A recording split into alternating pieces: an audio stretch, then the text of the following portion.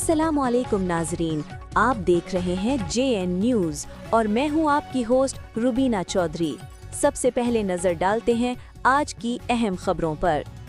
कसूर district bureau chief Rashid Ali की report के मुताबिक पुलिस लाइन में ट्रेनिंग का इनेकाद। वज़ीर आला पंजाब मरियम नवाज शरीफ के विजन के मुताबिक IG पंजाब अब्दुल करीम के अहकामात की रोशनी में DPO कसूर मोहम्मद ईसा खान की ज़ेर निगरानी पुलिस लाइन कसूर में पुलिस अफसरान एहलकारान के रवैये की इस्लाह के मुतालिक रोज़ाना की बुनियाद पर ट्रेनिंग सेशन का इनेकाद किया जा रहा है,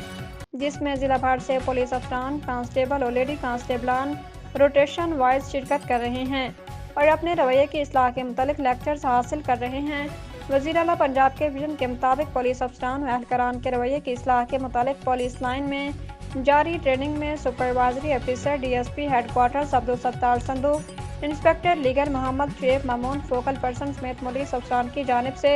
अवामी तासुर, शहरी मरकजियत पर मुबनी पॉलिसिंग और एतमाद साजी, पॉलिसिंग, शनाख्त, इखलाकियात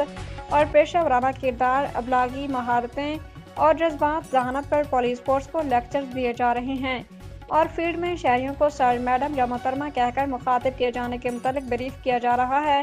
ट्रेनिंग का असल मकसद पुलिस फोर्स के इखलाक में मुस्बत तब्दीली लाना है और फील्ड में शहरियों के साथ खुश अखलाकी, इज्जत और तहजीब के साथ पेश आना है, ताकि पुलिस और अवाम में मुस्बत रवाबित कायम हो सके और शहरियों की इज्जत को अवलीन तरजीह दी जा सके। DPO कसूर मोहम्मद ईसा खान।